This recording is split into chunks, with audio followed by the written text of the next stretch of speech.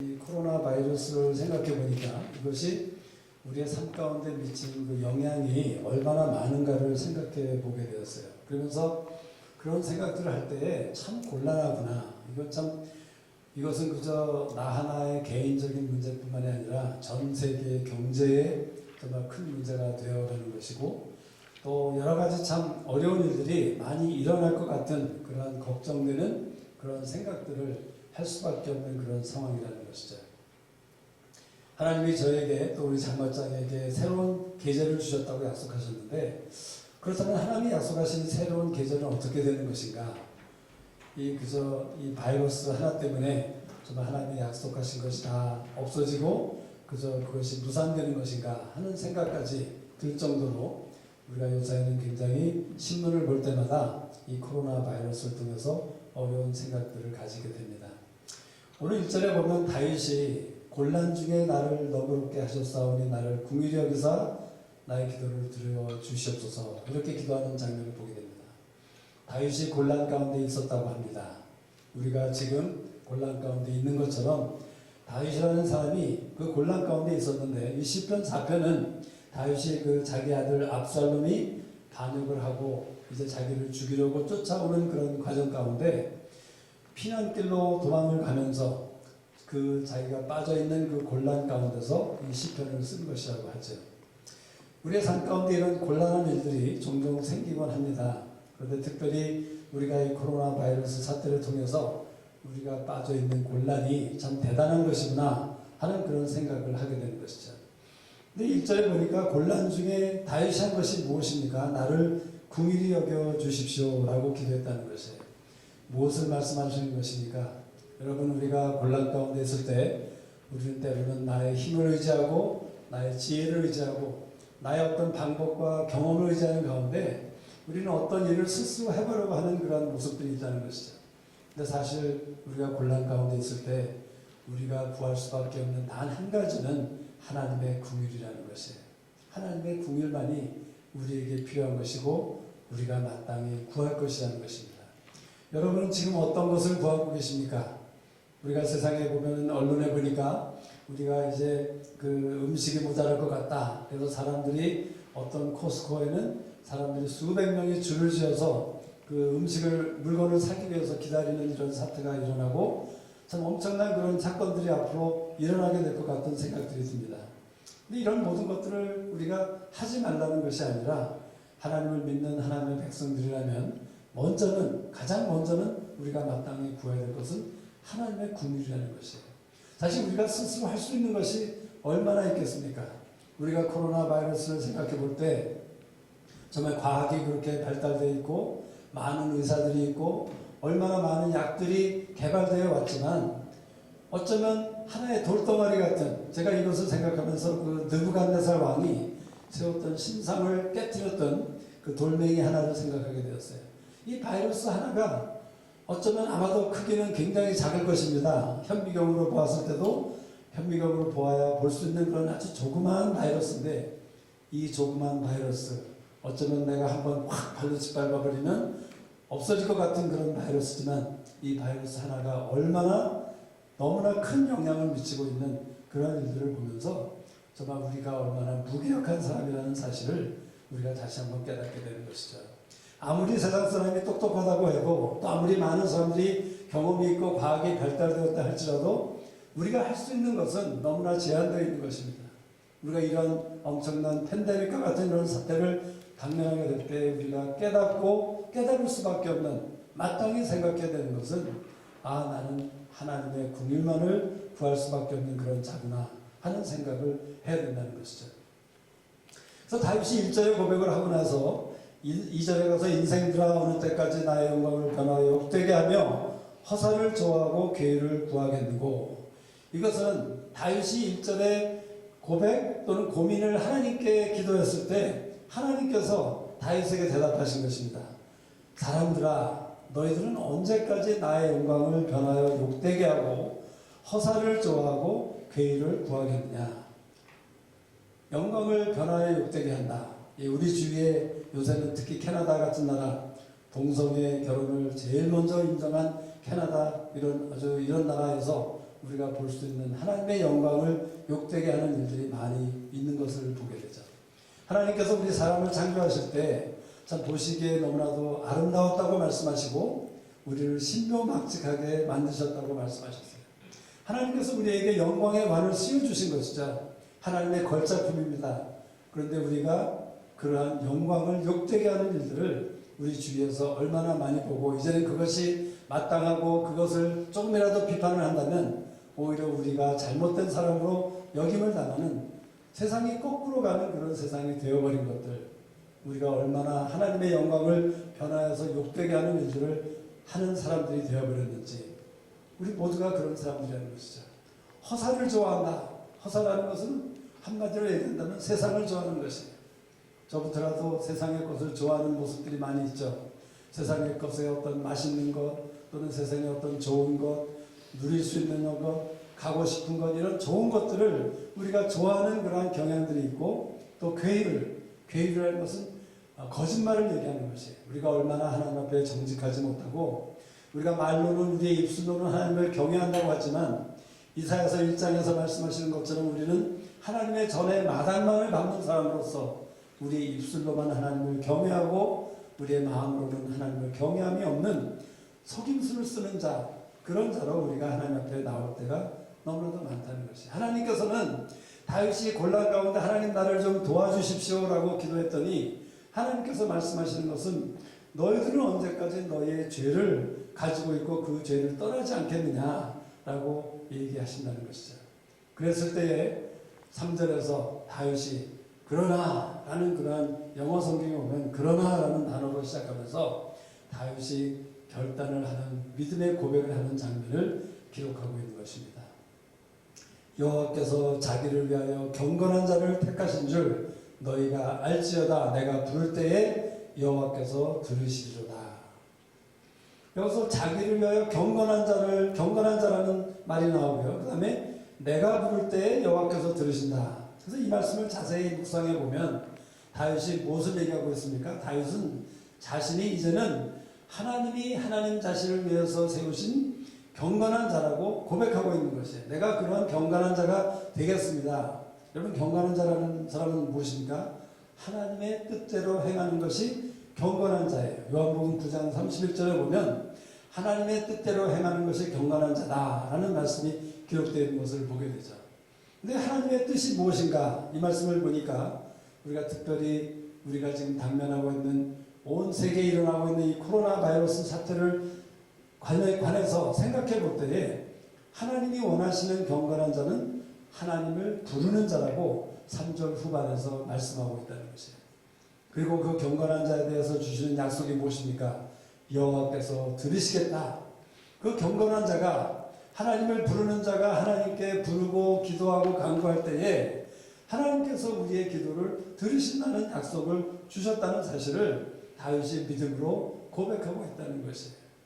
오늘 이 저녁에 우리 모두에게 하나님이 원하시는 것은 이 코로나 바이러스와 같은 엄청난 사태에 대해서 걱정하고 염려하고 또는 분노하고 누구를 탓하고, 제가 어저께 우리 딸이랑 식당에 갔는데요. 그 식당에 갔는데 옆에 앉았던 어떤 중동 사람이었어요. 근데 중동 사람 어떤 아주머니가 저를 계속 쳐다보는 거예요.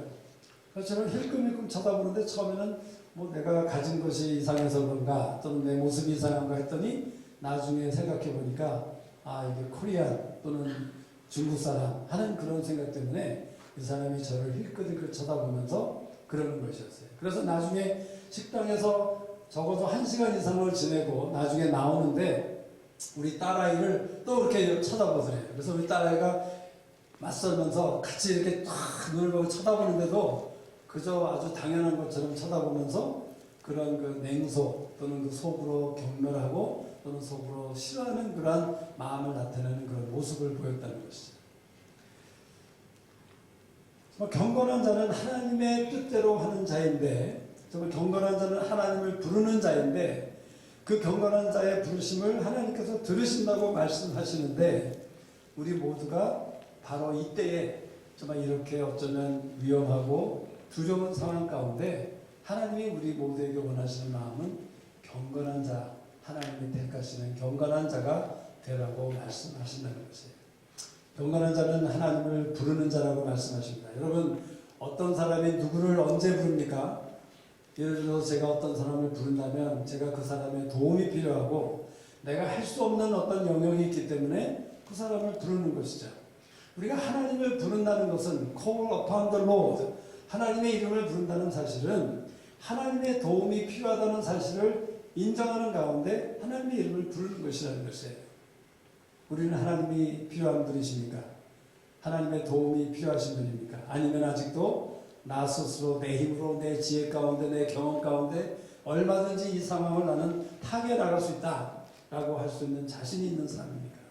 사실 우리 모두가 내 자신을 생각해 보면 우리 모두는 하나님을 부를 수밖에 없는, 하나님의 궁유를 구할 수밖에 없는 그런 사람인 것을 우리는 깨달을 수밖에 없는 그런 것인데, 우리는 아직도 스스로 내 경험에 의해서 내가 가진 것과 내가 할 수 있는 것에 의해서 살고자 하는 그런 모습이 우리 모두 안에 있다는 것이죠. 그래서 하나님께서는 죄를 떠나라고, 허사를 떠나고 괴유를 떠나고 하나님의 영광을 욕되게 하는 그런 일들을 떠나라고 말씀하고 계신다는 것이에요.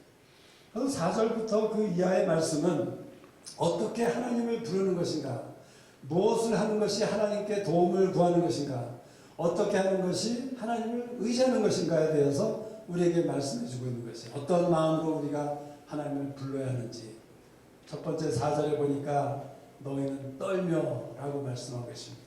이 떤다는 것은 그냥 뭐 깜짝 놀라는 것이 아니라 이것은 경외함 가운데, 정말 그 너무나도 말로 다 할 수 없는 경외함 가운데 하나님의 그 영광과 하나님의 어떠하심을 볼 때에 정말 그 놀라운 경외함, 이러한 경외함 가운데 떠는 것이에요. 다시 말하자면 하나님이 얼마나 크시다는 사실을 인정하는 사람이 떨 수 있다는 것이에요.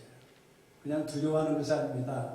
내가 어떤 죄를 지었기 때문에 하나님 앞에 죄송하고 또 하나님 앞에서 내가 심판을 받을까봐 두려워서 떠는 그런 떨림이 아니라 하나님은 great하다, great God이다 하는 그런 사실을 아는 가운데 그 하나님 앞에서 떠는 자. 여러분, 우리가 얼마나 하나님이 great하시다는 사실을 인정하는 사람입니까? 우리 모두는 지식적으로는 하나님은 크시고 하나님은 영화스럽고 하나님은 정말 그 majestic하고 하나님은 모든 것을 할 수 있는 분이라는 사실을 입술로 많이 고백하지만 여러분이나 저희 삶 가운데 어떤 일로 인해서 두려움을 가지고 있다든가 걱정하고 있다든가 염려하고 있다는 사실은 무엇을 증명하는 것입니까? 하나님의 크심을 내가 아직도 알지 못하고 내가 아직도 계시 가운데 그것을 깨닫지 못하고 인정하지 못하는 나의 믿음의 연약함을 증명을 하는 것이에요. 여러분의 삶 가운데, 나의 삶 가운데 우리가 두려워서 떠는 그런 일들이 있지 않습니까? 어떤 상황으로 인해서, 어떤 사건으로 인해서 우리는 때로는 간혹 우리는 떨고 어려워하고 두려워한다는 것이죠. 염려하고 걱정한다는 것이에요. 지금 모든 전 세계 사람들이 코로나 바이러스를 통해서 걱정하고 내가 혹시 그것에 감염될까봐 어려운 마음을 가지고 있는 것이 현실이라는 것이에요. 그런데 저는 이 말씀을 보면서 하나님께서 강찬영, 네가 정말 나를 그레이트한 하나님으로 알고 인정한다면 무엇을 걱정하는 것이냐? 무엇을 걱정하는 것이냐? 라고 하나님께서 저에게 물어보신 것 같았어요. 우리가 잘 아는 욥기에 보면 욥기 42장에 욥이 뭐라고 마지막에 고백을 합니까? 내가 지금까지 귀로만 하나님께 대하여 듣다가 이제는 눈으로 하나님을 보나이다 라는 그런 고백을 합니다. 근데 그 고백을 하기 이전에 42장 1절과 2절에서 욥이 고백하는 것은 엄청난 고백하는 하나님께 대해서 고백하는 사실이 있어요. 뭐냐면 하나님은 무소불능하시다. 다시 말하자면 하나님은 못하실 일이 하나도 없다라는 사실과 하나님은 경영하신 것을 반드시 이루신다. 하나님의 경영하신 것을 그 누구도 막을 수 없다라는 그 두 가지 사실을 고백한 후에 욥이 고백하는 것이 이제 내가 눈으로 하나님을 배운다이다 라고 고백했다는 것이에요. 우리가 정말 하나님을 아는 자라면 하나님은 무소불능하시고 하나님이 경영하신 것을 그 누구도 막을 수 없다는 사실을 우리가 분명히 믿는 사람이라는 것이에요. 우리가 하나님이 크심을 인정하는 사람이라면, 우리가 하나님이 어떠하심을 인정하는 사람이라면 우리는 우리 삶 가운데 있는 크고 작은 문제들, 그런 것들이 하나님 앞에서는 아무것도 아닌 것 우리 모두가 아시죠. 우리 모두가 지식적으로는 다 알고 있는 사실입니다. 그런데 왜 걱정하십니까? 왜 염려하십니까? 왜 두려워하십니까? 하나님께서는 떨며 나의 greatness를, 나의 크고 놀라우심을 인정하는 사람이 될 것을 하나님께서 원하시는 것이에요. 저나 여러분이 정말 하나님을 의뢰하는 사람이 되기 위해서는 먼저는 하나님의 크심을 알고 인정하는 사람이 되어야 될 것을 하나님께서 우리에게 오늘 저녁에 말씀해 주신 것입니다. 두 번째로 어떤 마음의 자세가 필요합니까? 두 번째 보니까 범죄치 말지어다. 자리에 누워 심중에 말하고 잠잠할지어다. 한마디로 얘기하자면 죄를 짓지 말라는 것이에요. 죄를 떠나라는 것이에요. 제가 이 말씀을 묵상하면서 하나님께 구했을 때에 왜 하나님께서 자리에 누워 심중에 말하고 잠잠하라 라고 얘기했을까? 이 죄를 범죄치 말지어다. 네 침대에 누워서 잠잠히 생각해보고 영어 표현으로는 consider, 생각해보라는 것이에요. 고려해보라는 것이에요. 다시 말하자면 저나 여러분이 짓고 있는 죄에 대해서 한번 생각해보라는 것이에요. 하나님이 무엇이라고 말씀하고 하나님이 어떻게 생각하시는지를 좀 생각해보고 구하고 알라는 것이죠. 저는 이 말씀을 보면서 내가 내 죄에 대해서 이렇게 심각하게 또는 정말 잠잠히 아무것도 다른 생각하지 않고 내가 짓는 죄에 대해서 이렇게 하나님 앞에 죄를 가지고 고려하고 생각하고 깊은 생각에 빠져본 적이 있었는가? 없는 것 같았어요.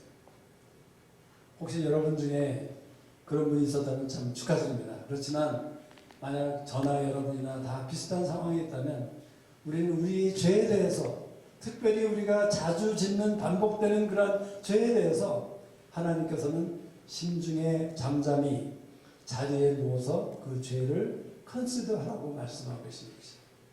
우리가 죄를 컨시더할 때 어떤 일이 일어나게 됩니까? 이 죄가 얼마나 무서운 일이고 무서운 것이고 이 죄가 얼마나 나쁘고 얼마나 악하고 추하고 냄새나는 그 죄의 결과가 얼마나 지독한 것인지를 우리가 알게 되는 것이에요. 여러분 한번 코로나 바이러스를 죄라고 한번 생각해 보세요. 지금까지 저나 여러분이 아는 코로나 바이러스, 죄가 우리 사람들에게 세상의 모든 나라에게 영향을 준 것들이 있다면 무엇들이 있습니까? 먼저는 우리 안에 두려움이 됐죠. 먼저는 어떤 면에서는 우리 안에 어떤 나라 사람들을 처음에는 미워하는 마음이 생겼습니다. 저 사람들이 좀 깨끗하게 했으면, 저 사람들이 좀 애당초부터 다 좀 이렇게 솔직하게 얘기했으면 우리가 이런 상황을 해결할 수 있을지도 모르는데, 그러면서 그 죄로 인해서 경제가 지금 막 스탁이 막 떨어졌습니다. 경제가 막 떨어지다가 오늘은 조금 올랐다고 하더군요. 그런 경제에 큰 여파를 미치고 있습니다.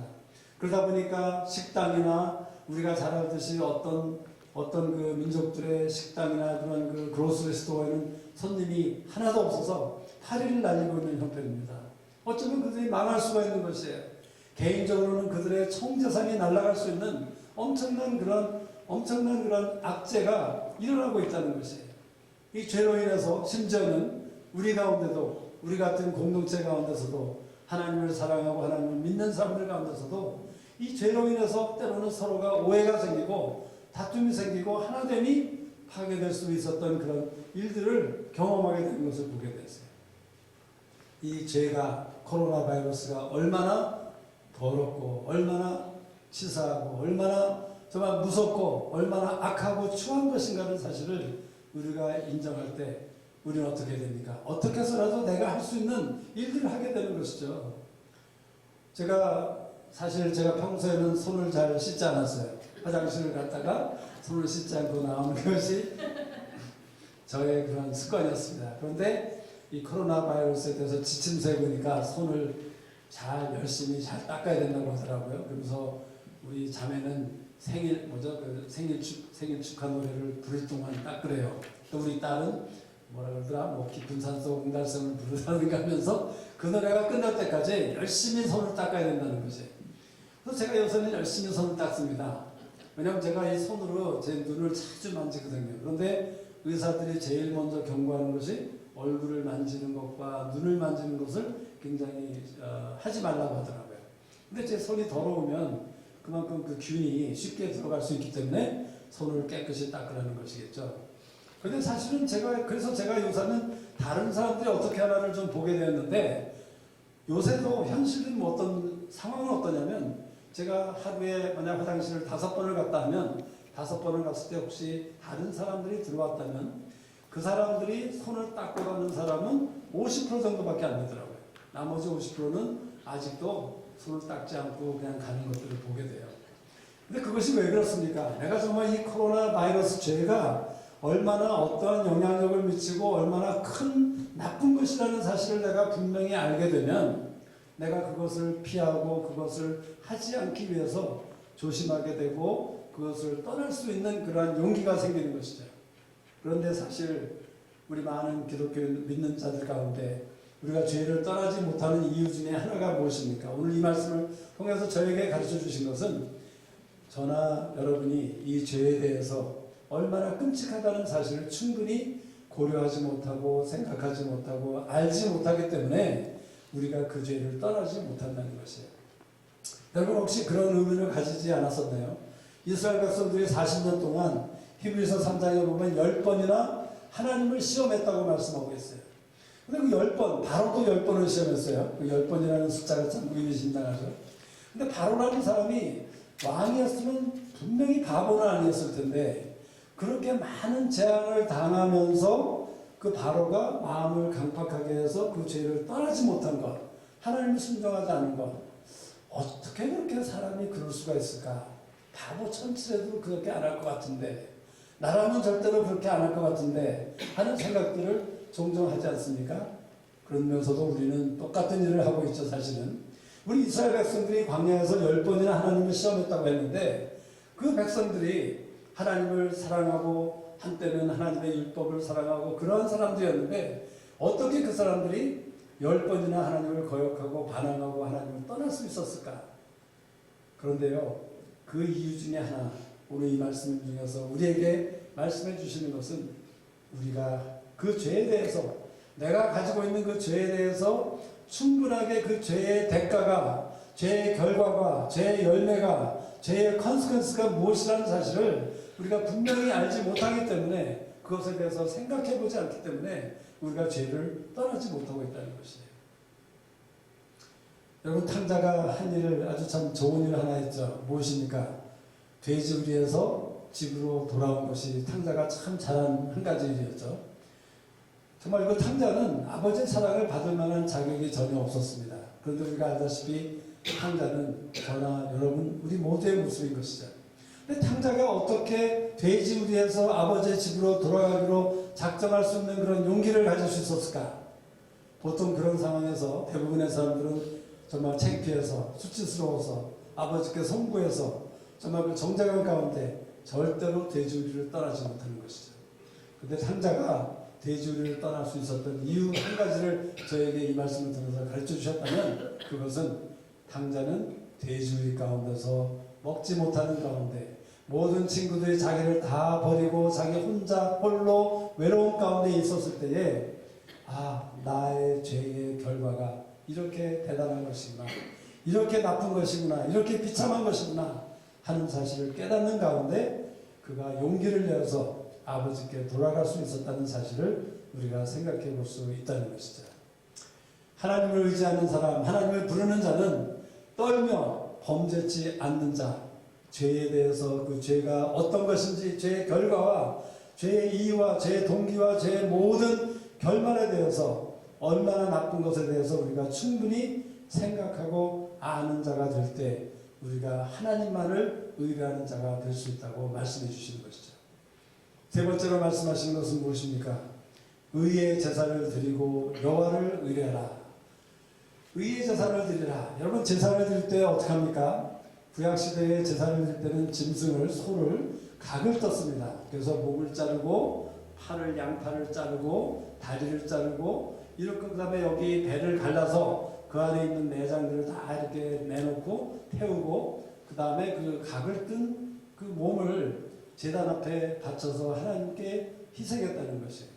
그렇다면 의의 제사를 드린다는 것은 의가 아닌, 우리 삶 가운데 있는 의가 아닌 다른 건 무엇이겠습니까? 죄를 얘기하는 것이죠. 우리 삶 가운데 있는 모든 죄의 것들을 다 잘라버리고 다 제거하고 오히려 하나님이 예수 그리스도를 믿는 믿음을 통해서 우리에게 주신 그리스도의 의를 가지고 하나님 앞에 나아갈 것을 말씀하고 있는 것이죠. 우리가 하나님 앞에 의의 제사를 드리기 위해서는 저나 여러분의 삶 가운데 있는 그 죄를 다 잘라 버려야 되는 것이에요. 떠나야 되는 것입니다. 진멸해야 되는 것이고 우리는 절단해야 되는 것이죠. 우리가 그렇게 할 때 온전히 하나님께 예배 드릴 수 있는, 제사를 드릴 수 있는, 하나님이 받으시는 그런 제사를 드릴 수 있다고 말씀하시는 것이죠. 그리고 나머지 이제 그 다음 절부터 하나님께서는 하나님의 얼굴을 구하는 자, 하나님을 구하고 하나님을 부르는 자에게 주시는 축복이 무엇이라는 사실을 한두 가지를 말씀해 주고 계십니다. 첫 번째는 주의 얼굴을 들어 우리에게 비추소서. 여러분, 하나님의 얼굴을 우리에게 비춘다는 사실은 무엇입니까? 하나님의 은혜를 우리에게 은혜를 주신다는 얘기예요. 민수기 6장에 보면 하나님께서 아론에게 모세를 통해서 그렇게 명령하셔서 너는 백성들을 이렇게 축복하라 라고 말씀하시는 가운데 하나님께서 얼굴을 비추사 은혜를 끼치시고 라는 그런 말씀을 민수기 6장에서 기록하고 있다는 것이죠. 우리가 하나님께서 하나님의 얼굴을 저나 여러분에게 끼치실 때 우리는 은혜를 가지게 됩니다. 여러분, 은혜는 간혹 enabling grace라고 표현하죠. 우리를 가능케 하고 우리를 능하게 하는 은혜다. 그것은 무슨 얘기냐면 저나 여러분이 인간의 힘으로 할 수 없는, 내가 가진 것이나 내가 가진 자격이나 내가 가진 지혜로는 전혀 할 수 없는 그 어떤 것들을 할 수 있게끔 하는 것이 하나님의 은혜라는 것이에요. 그래서 사도 바울은 빌립보서 4장에서 내가 주 안에서 모든 것을 할 수 있는 자라라고 아주 담대하게 얘기했다는 것이에요. 엄청난 고백이 아닙니까? 하나님의 은혜가 무엇인지를 알지 못했다면 바울은 그러한 고백을 전혀 할 수가 없었던 사람이에요. 근데 바울은 하나님의 은혜가 무엇인지를 알았던 사람이죠. 우리가 바울의 서신서를 보면 바울의 서신서에 제일 처음에 나오는 것이 무엇입니까? 매 서신서마다 바울은 하나님의 은혜와 평강이 너에게 있을지어다 라는 그러한 고백으로 그의 모든 서신서가 시작되는 것을 우리가 보게 됩니다. 하나님의 은혜를 알지 못했던 자라면 그렇게 얘기할 수 없었던 것이죠.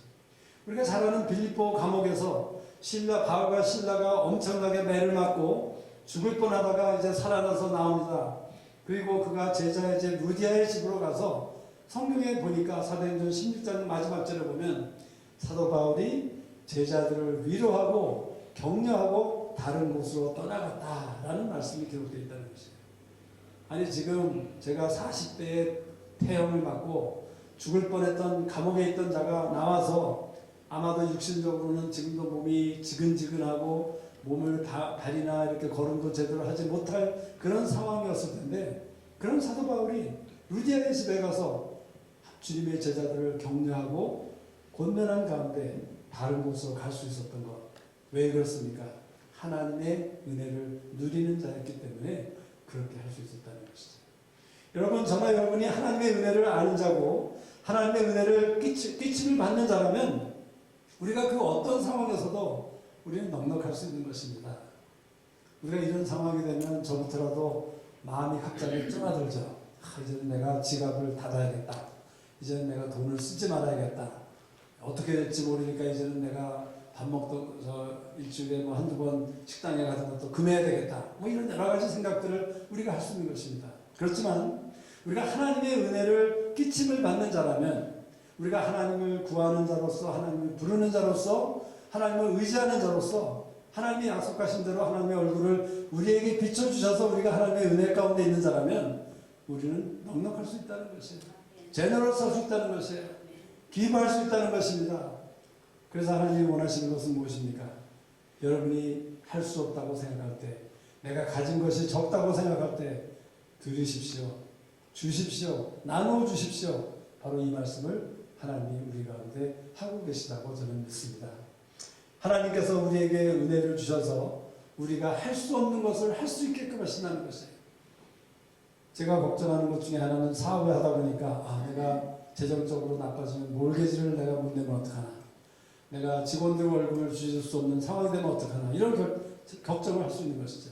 근데 하나님의 은혜를 받는 자는 그런 걱정 필요 없는 것이죠. 왜냐하면 하나님께서 은혜를 끼치셔서 어떻게 하든 저나 여러분은 하나님이 어떻게 은혜를 끼치시고 어떤 방법으로 채워주실 것에 대해서는 알 필요가 없는 것이에요.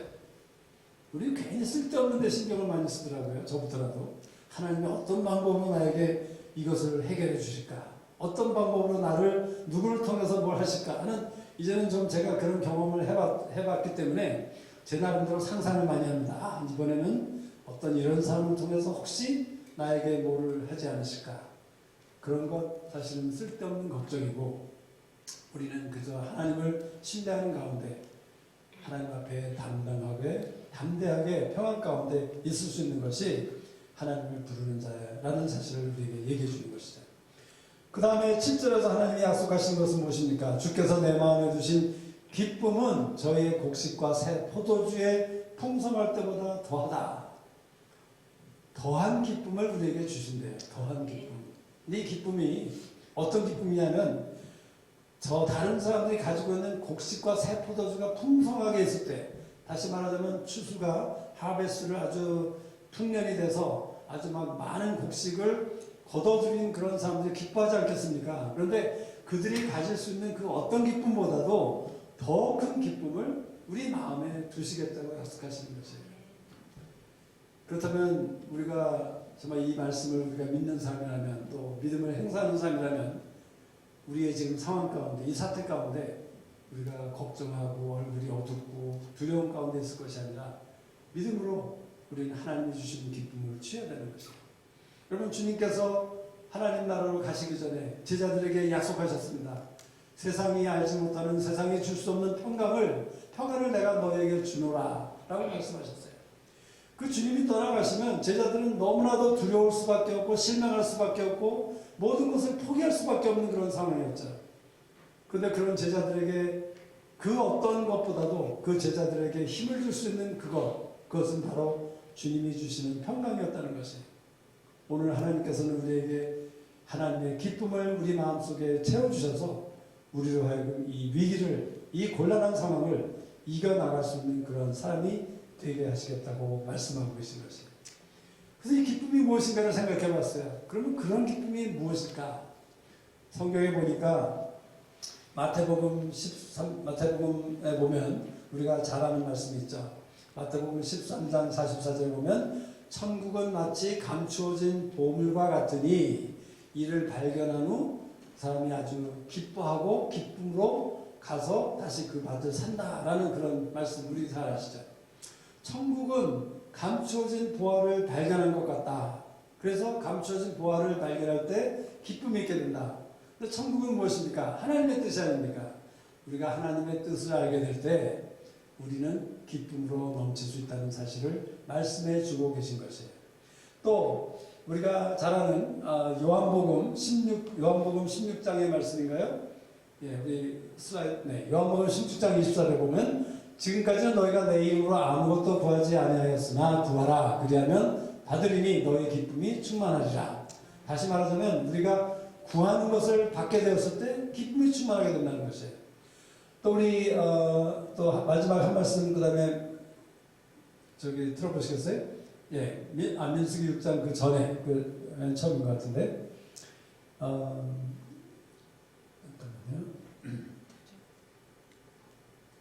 예, 하나님이 죄인을 듣지 아니하시고 경건하여 그의 뜻대로 행하시는 자는 들으시는 줄을 우리가 아나이다. 예, 하나님의 뜻대로 아니 그것은 아까 말씀이고요. 우리 기쁨에 대해서 제가 말씀을 기록했는데 지금 아직 그 슬라이드는 안 나오는 모양입니다. 어찌됐든 간에 우리가 그 여기 본문에서 말씀하시는 그 더한 기쁨, 이 더한 기쁨은 한마디로 표현한다면 우리가 생각하는 어떤 뭐 갑자기 재정적으로 뭐가 풍성하게 들어온다든가 또는 우리 아이가 뭐 어떤 큰 일을 하게 된다든가, 예, 우리 어저께 막내 아이여서 들었는데 우리 막내 아이가 아주 유명한 미술 잡지에 우리 막내 아이의 작품이 소개되는 그런 소식을 들어서 참 기뻤습니다. 그런데 그러한 기쁨보다도 더한 기쁨을 하나님이 주신다고 말씀하시는 것이에요. 근데 이 더한 기쁨은 무엇이냐면 하나님의 뜻을, 하나님의 생각과 길을 알게 되는 것이 바로 더한 기쁨인 것을 우리가 믿음으로 취해야 될 것입니다. 여러분이 정말 이런 기쁨을 누리기 원하신다면, 그래서 상황이나 형편과는 그것으로 인해서 좌우되는 기쁨이 아니라 그것과 상관없이 위기와 곤란 가운데서도 큰 기쁨을 누릴 수 있는 이 기쁨은 하나님의 뜻을 알게 되는 것이라는 것이에요. 여러분, 하나님의 뜻을 행하는 자가 경건한 자라고 말씀하셨죠. 우리 모두를 경건한 자로 부르셨어요. 하나님이 우리를 통해서 이러한 위기 가운데 어떻게 살고 어떻게 생각하고 어떻게 말하는 것이 경건한 자라는 그런 증인이 되기를 원하셔서 하나님 자신을 위해서 우리를 그렇게 부르셨는데, 그렇다면 경건한 자는 하나님의 뜻을 알아야 되지 않겠습니까? 그래서 우리가 하나님의 뜻을 알게 될 때, 이제야 내가 정말 하나님의 뜻을 순종할 수 있고 그것을 행할 수 있는 사람이구나 하는 그런 삶의 길 가운데 우리가 나갈 수 있는 사실을 얘기해 주는 것이죠. 그래서 마지막에 축복은 또 무엇입니까? 내가 평안히 눕고 자기도 하리니 나를 안전히 거하게 하시는 이는 오직 여호와시니이다. 평안과 시큐리티를 약속하고 계신 것이에요. 눈에 보이는 것이 아니죠. 우리 고린도전서의 말씀에 의하면 우리가 바라보는 것은 무엇입니까? 보이는 것이 아니라 보이지 않는 것, 잠깐 있는 것이 아니라 영원한 것을 우리가 바라봐야 된다고 말씀하시는 것이죠. 하나님께서 오늘 이 저녁에 우리 모두에게 바라볼 것이 있다고 말씀하세요. 지금 우리 눈에는 절대로 시큐리티하고는 전혀 거리가 먼 것 같아요. 언제 내가 코로나 바이러스에 감염될지 모르겠어요. 또 언제 내가 이 경제가 붕괴될지도 모르겠어요. 또 언제 누군가 우리 친지 중에 어떤 사람이 죽을지도 모르겠어요. 정말 언제 우리 아이들의 결혼식이 될지 안 될지 모르겠어요. 그렇지만 이런 상황 가운데서 하나님이 말씀하시는 믿음의 약속, 내가 너에게 평강과 안전을 내가 너에게 약속한다. 언제? 경건한 자로 살기로 작정할 때. 그래서 하나님을 부를 때, 하나님을 의지하기로 작정할 때 하나님께서는 우리의 삶 가운데 그러한 평안과 안전을 우리에게 약속하신다는 것이죠. 이것은 절대로 상황과는 상관이 없는, 상황을 넘어뜨는 그러한 안전과 그러한 평강이라는 것이에요. 여러분, 정말 우리 모두가 정말 장막장이로서 하나님의 제자들로서 이러한 평강과 안전 가운데 있는 사람이 되어야 되지 않겠습니까? 우리가 만약 다른 사람들처럼, 세상 사람들처럼, 또는 교회만 해서 왔다 갔다 하는 어떤 사람들처럼 상황에 의해서 좌우되고 곤란 가운데 우리가 슬퍼하고 어려워하고 아파한다면 우리가 무엇이 다르겠습니까? 하나님께서는 우리를 경건한 자를 택하셨다고 말씀하세요. 이 택하셨다는 말은 set apart, 다른 사람들과 다르게 부르셨다는 얘기예요. 우리 모두는 달라져야 되는 것입니다. 우리 모두는 달라져야 되는 것이에요. 여러분, 한번 자신을 생각해 보시죠.